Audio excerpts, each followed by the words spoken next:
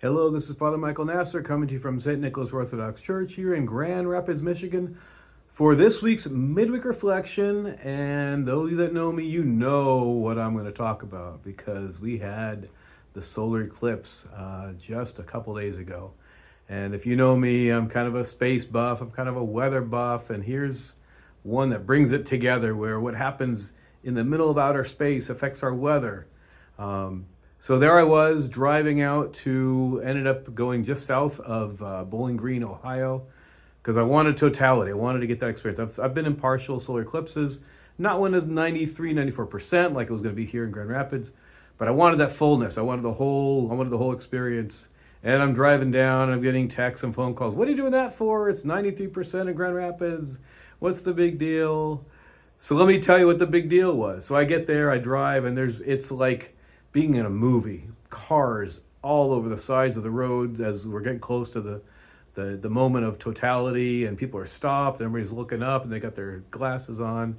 So anyway, I pull off the highway, I get in this little town, I'm at the town park, and I'm looking at the glasses, and it's still like kind of like a cloudy day, a little bit darker than normal, and I look up to the glasses, and there's a little sliver of sun still, but very, very small, and it's still looking pretty bright. And so I'm, fiddling with the phone, getting the camera ready to get some pictures, and then in a matter of like 10, 15 seconds at the most, it goes from cloudy day bright to practically night, where it's like the stars have come out and the birds are chirping and I'm starting to hear crickets. And it happened so quickly, it was really frightening. I mean, we all knew what was going on. Obviously, I had driven 3 hours to be there, but the experience of going into darkness and going so quickly was what really, really struck me. And then I looked up and you see the ring, like you've seen in the pictures, all those great pictures of the eclipse. And it was very cool, enjoyed the darkness for a while. And I'm watching I can see the shadow moving away, a 200, 300 mile shadow, whatever it was. And then I hear a guy behind me say, hey, don't look anymore. It's about to come back out. The sun's going to come back out. And that first little sliver, and again, within 10 seconds, it goes from being nighttime to daytime. And what I took from all that I want to share with you is that it doesn't take much. It was that little sliver of sun that made all the difference in the world. And I'm not putting down those that stayed in Grand Rapids for your 90%. You had a great time. I kept hearing how cool it was. That's great. What I'm saying to you, what I want to reflect on for a minute here is that little bit counts. That little bit counts in the eclipse with just that little bit of sliver. Once the sun really peaked out again, within 10 seconds it goes to daylight.